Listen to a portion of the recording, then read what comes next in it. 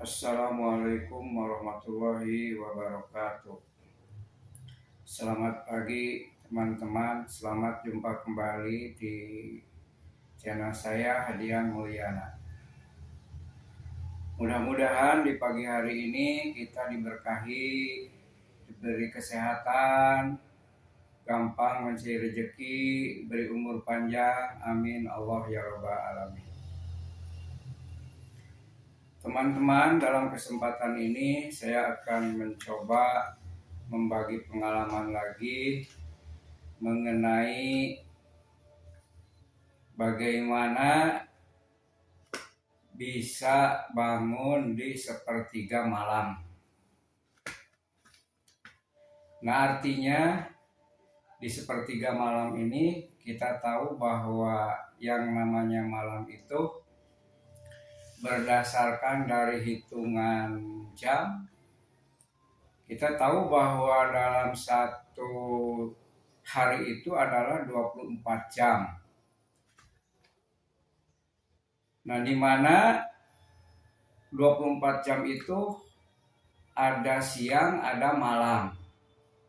Nah, sehingga kita ada di posisi di daerah Indonesia, misalnya di sini ya, Indonesia, Jawa Barat. Tahu satu malam itu kalau kita lihat dari jam setengah hari itu berarti 12 jam. Itu pengertiannya secara hari tadi ya. Nah, berarti kalau di posisi sepertiga malam, tadi satu malam itu 12 jam, berarti di posisi sepertiga malam itu ada di posisi jam berapa? Berarti di jam 2:02. Nah, itu di 02. Jadi di posisi 02 ini memang sulit kalau tidak biasa kita bangun aktivitas. Nah, bagaimana supaya kita bisa bangun di posisi sepertiga malam tadi? Ada yang mampu, banyak yang mampu melakukan. Karena di posisi yang tadi itu kan ketika orang-orang kebanyakan lagi enak tidur, kita aktivitas. Banyak aktivitas itu. Jadi dari posisi jam 02 malam itu banyak tujuan itu. Pertama kan ada yang tujuannya, ada yang ibadah untuk melakukan sholat malam, tahajud, sholat hajat dan lain-lain, sholat sunat. Kemudian ada kebiasaan dari tuntutan pekerjaan. Ya harus bangun jam segitu, terus aktivitas. Itu karena tuntutan pekerjaan. Kemudian ada karena ya pekerjaan tertentu, kegiatan tertentu. Jadi sifatnya insidentil gitu kan, tidak rutin. Bukan seperti tadi pekerjaan kan rutin gitu. Kemudian ada juga yang ya ingin nonton, ingin hiburan. Itu versi itu ada juga. Jadi macam-macam lah. Orang bisa bangun di posisi sepertiga malam tadi. Nah, bagaimana supaya bisa kita bangun di sepertiga malam tadi? Kita sebagai umat Islam di sini bahkan dianjurkan, disunatkan ya, di mana pada di posisi sepertiga malam itu disunatkan untuk bangun dan beribadah. Karena di posisi itu ada yang disebut dengan sa'atul ijabah. Nah, orang yang melakukan tadi di posisi yang tadi yaitu yang melakukan sholat sunat, itu kan. Memang yang tidak biasa itu sulit sekali, tidak mudah itu melakukan. Harus ada kebiasaan dan niat yang kuat. Kemudian doa, kemudian yang pentingnya apa? Hidayah. Jadi hidayah ini banyak yang bangun jam 2 karena nggak ada hidayah ya nggak beribadah, karena nggak ada hidayah untuk beribadah. Itu teman-teman. Mungkin orang-orang yang sudah biasa seperti kiai atau ustadz ya ini, atau teman-teman juga, kalau sudah biasa kita harus bersyukur. Kita harus bersyukur sudah biasa bangun di posisi di sepertiga malam tadi. Nah itu teman-teman ya. Jadi kita beruntung, kita sangat beruntung ketika kita bisa bangun di posisi sepertiga malam, yaitu jam 2 tadi. Melakukan satu kegiatan sunat sampai sholat subuh, bahkan sampai ke sholat duhanya. Itu bagus. Kita harus bersyukur itu. Orang-orang yang bisa melakukan itu. Karena itu kan hidayah yang tidak bisa ditukar dengan materi hidayah. Jadi hidayah ini tidak diberikan oleh Allah ke semua orang. Orang-orang tertentu yang dekat kepadanya. Nah itu teman-teman. Kemudian yang kedua tadi ada tuntutan pekerjaan. Nah ini pekerjaan ini memang semua pekerjaan itu baik kalau diawali dengan niat yang baik, tujuannya yang baik. Banyaklah orang yang kita lagi enak-enak tidur, nyenyak, beliau atau mereka bekerja, aktivitas. Saya pernah jalan-jalan ke sebuah tempat, ya dikatakanlah di terminal, ya, atau di stasiun kereta api. Nah itu jam 2 malam itu ya biasa, banyak aktivitas, banyak kegiatan. Karena tadi tuntutan pekerjaan. Jadi dia sudah biasa jam 2 bangun kan. Karena tuntutan pekerjaan misalnya seorang supir bis malam, atau misalnya orang yang bekerja dari jarak jauh, misalnya dari Tasik ke Bandung, ke Kerawang, kemana. Jadi bangun jam 2 karena tuntutan pekerjaan, ya itu sudah seperti itu.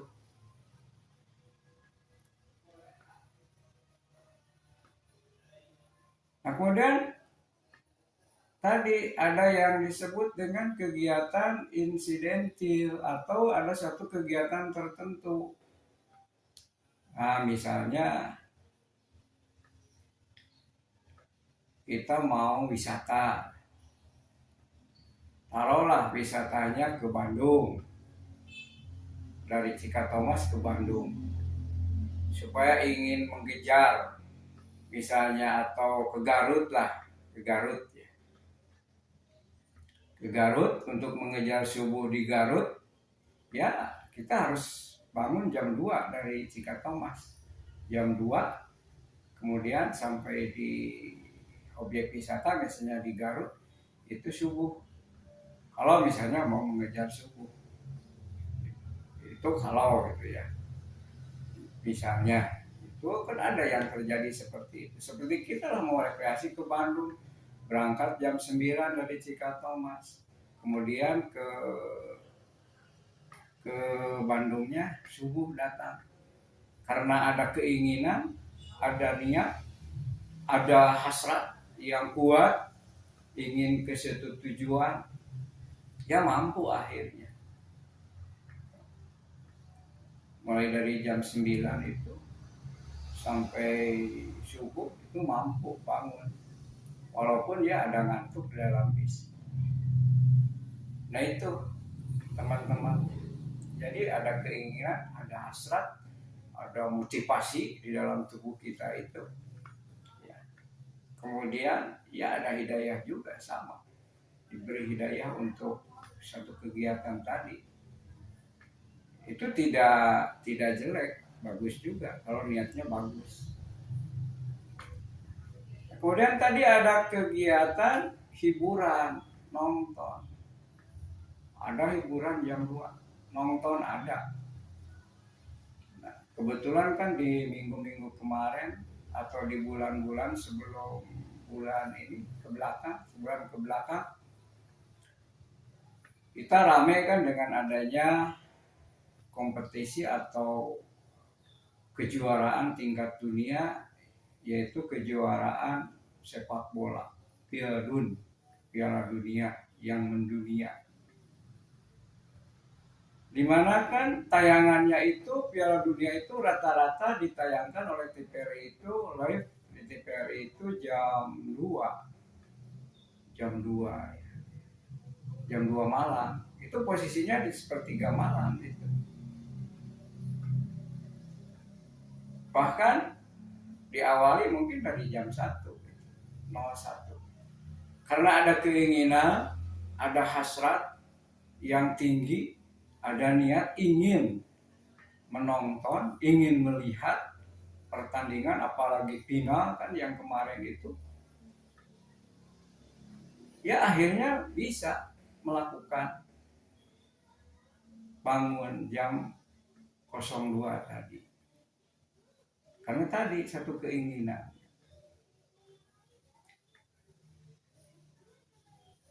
Nah jadi apakah itu nonton yang tadi dibolehkan atau haram atau bagaimana? Ya itu tergantung kepada kitanya. Niatnya untuk apa? Nah, misalnya nonton jam 2, bahkan itu selesainya bisa melewati subuh tuh, kalau ada perpanjangan waktu.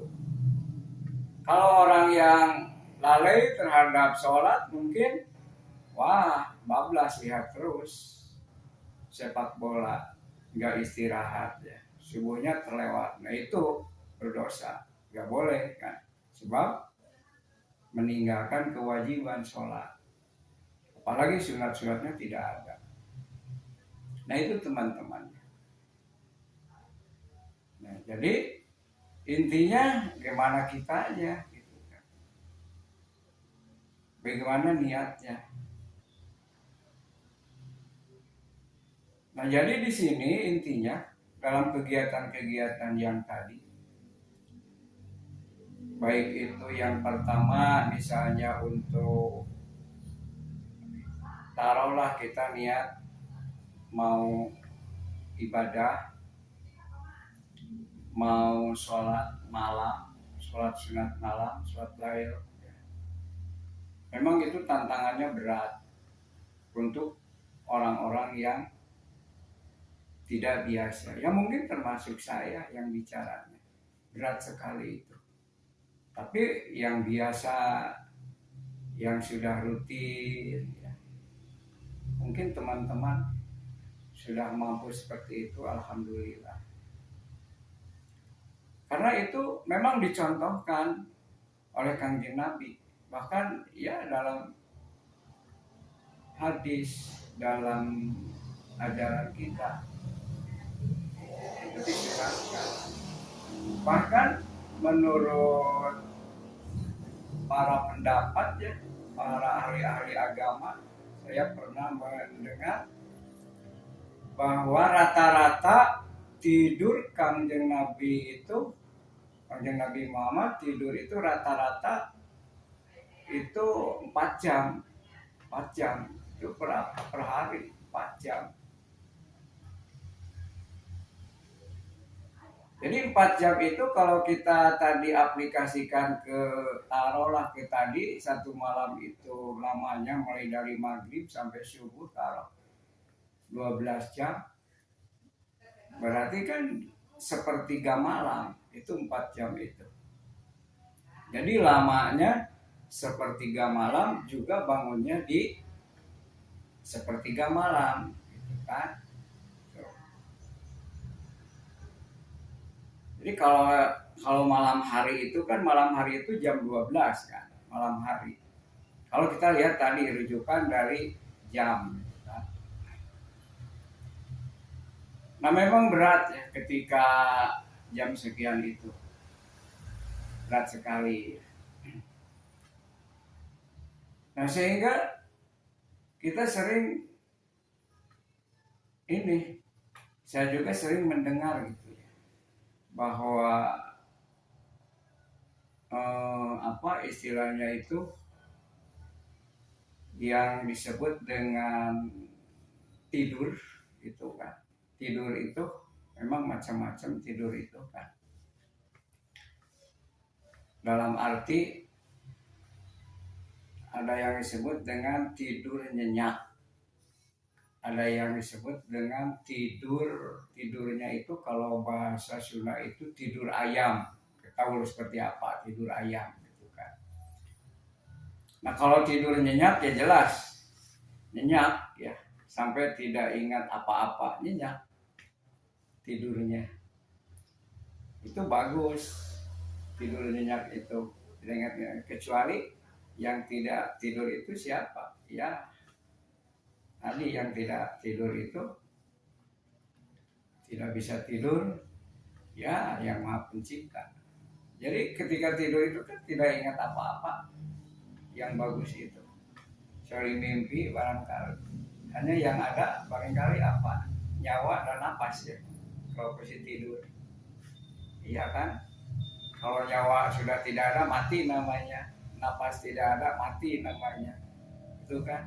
Jadi artinya tidur nyenyak itu bukan tidak ada napas, tapi bukan berarti tidak ada nyawa, ada nyawanya, ada napasnya. Gitu teman-teman barangkali ya. Ya teman-teman lebih paham. Nah itu ya. Jadi intinya kita bisa bangun di posisi itu tergantung kebiasaan dan juga kita didukung kebiasaan tadi.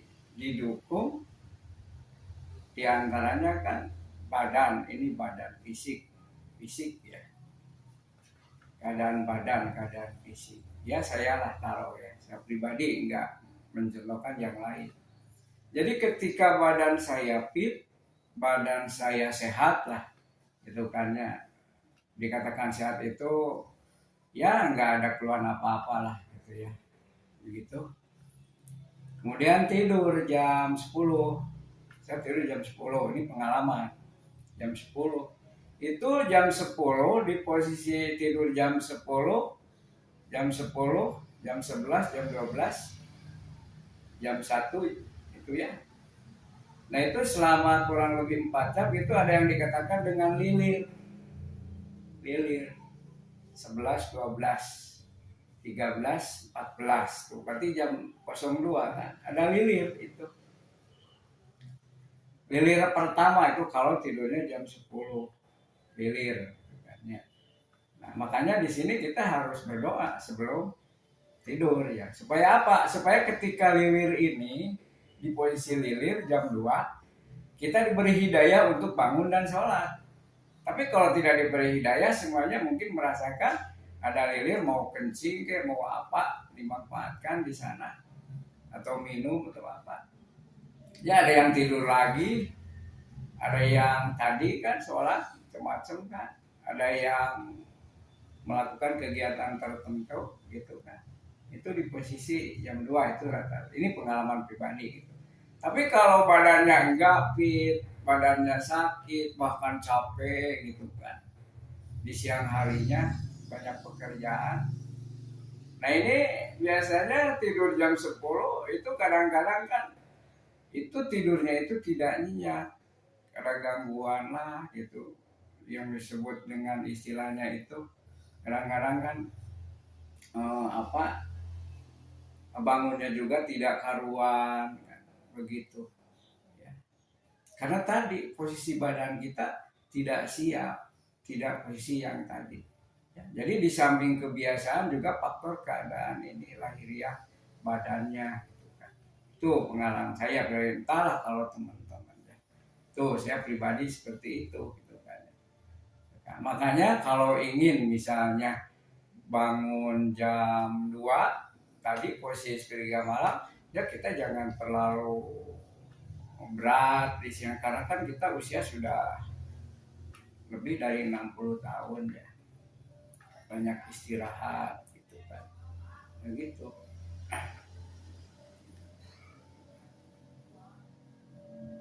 Nah, jadi intinya di situ tadi ada niat yang kuat, kemudian kebiasaan, budaya kebiasaan itu, kemudian didukung juga oleh keadaan badan, makanan, makanya kan itu kesehatan itu penting gitu kan.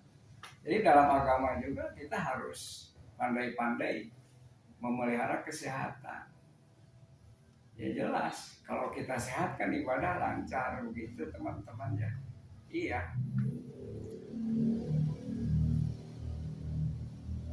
Nah itu. Ya.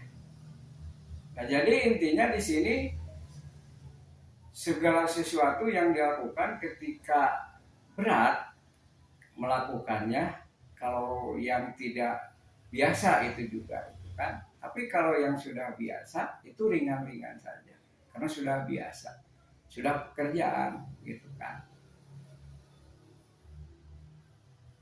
Kita yang tidak biasa nggak bisa melakukan gitu kan, kecuali yang tadi ada hidayah karena ada tujuan tadi kan, ingin melakukannya, ya jelas gitu kan. Karena ada kemauan tinggi, niat yang tinggi, ada satu keinginan, saya ingin nonton sepak bola final, kalau kan rame kan ini waktu final itu kan heboh, bahkan Piala Dunia ini kan dikatakan bahwa sepak bola ini merupakan sepak bola yang paling akbar di dunia.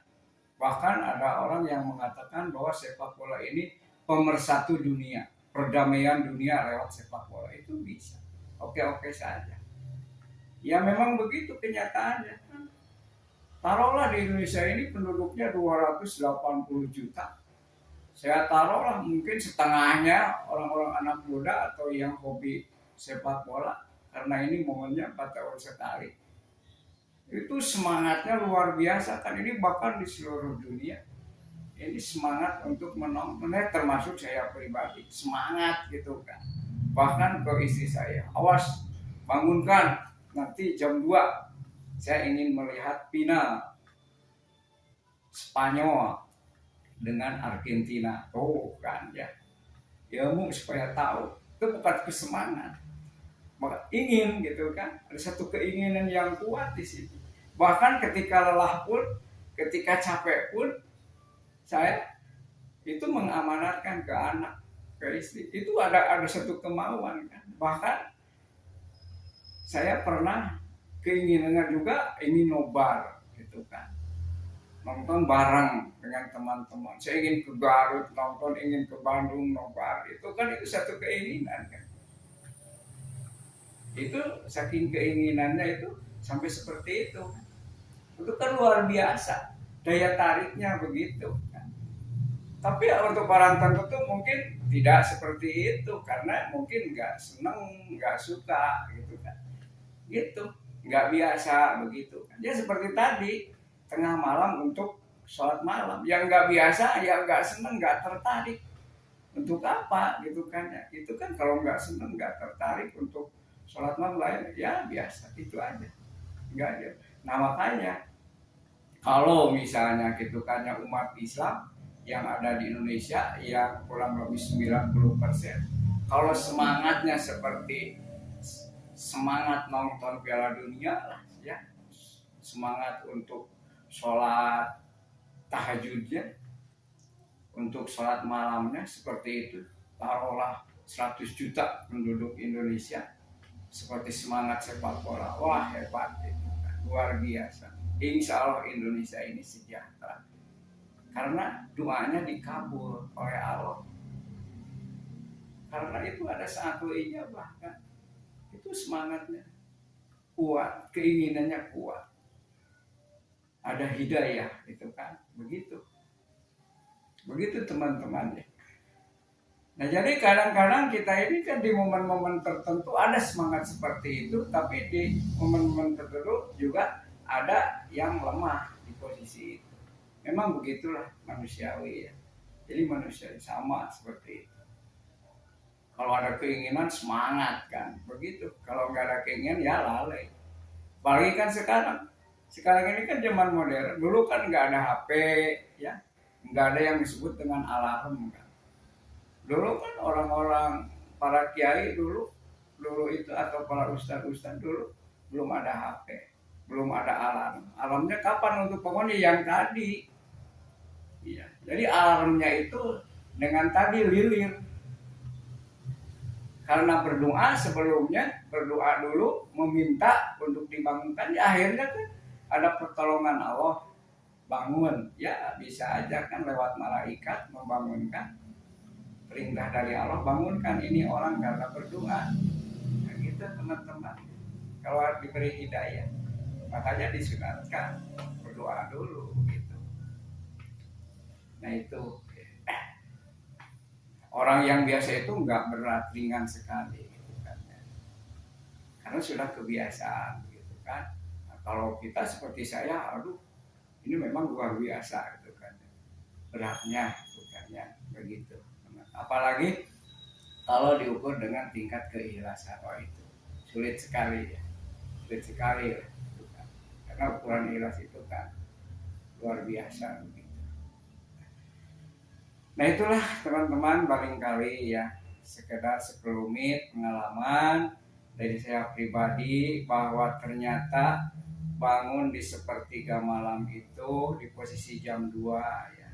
Kalau posisi jam 2 bangun, kita tidak bisa langsung, misalnya kalau yang kan menurut kesehatan juga, kalau kita bangun jam 2, taruhlah jam 2, nggak bisa langsung kita aktivitas, nggak bisa, itu nggak boleh, itu menurut kesehatan. Jadi ketika bangun tidur itu kalau bisa kita ini kan regangkan dulu badan, bahkan ya jangan langsung, apalagi kalau sudah tua seperti saya kan refleks bangun itu bahaya. Ketika bangun itu kan regangkan dulu, tarik nafas dulu, bahkan kan duduk dulu sejenak. Bahkan saya lihat di YouTube 3 menit begitu ya. Karena kondisi badan seperti tadi, baru kan kita misalnya aktivitas gitu kan. Kecuali kebeletnya ingin kencing, kebeletnya ingin BAB, pasti terburu-buru itu kan. Itu. Makanya harus hati-hati gitu. Apalagi kita kan sudah tua seperti ini, kalau enggak tertib itu bisa celaka akibat perilaku kita sendiri. Nah itu ya teman-teman ya. Nah itulah gitu kan. Jadi intinya kebiasaan-kebiasaan tadi tergantung kepada kitanya ya.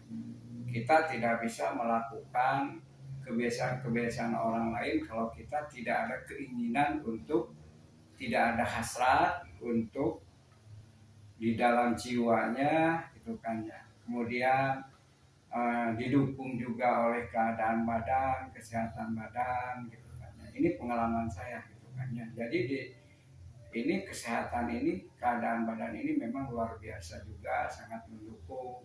Karena kita ini kan ibadah itu diantaranya termasuk juga memelihara kesehatan gitu kan ya. Itu ibadah juga. Itulah teman-teman ya, terima kasih gitu kan ya atas ini apa istilahnya itu, mendengarkan dari ini channel saya. Nah, mudah-mudahan lah kita bermanfaat, mungkin teman-teman lebih ini lagi, lebih istilahnya ada pengalaman yang lebih menarik lagi lah, silahkan nanti di komen di sini ya. Gitu. Ini bukan menggurui, bukan ya teman-teman, mungkin lebih daripada saya begitu. Ini hanya pengalaman saya pribadi lah. Pribadi ingin mengamalkan, barangkali ada yang baiknya boleh ditiru, yang jeleknya itu jangan. Rupanya sekian ya dari saya. Mohon maaf jika ada kata-kata yang kurang berkenan, ada istilah yang kurang baik. Karena saya ini manusia biasa. Terima kasih. Assalamualaikum warahmatullahi wabarakatuh.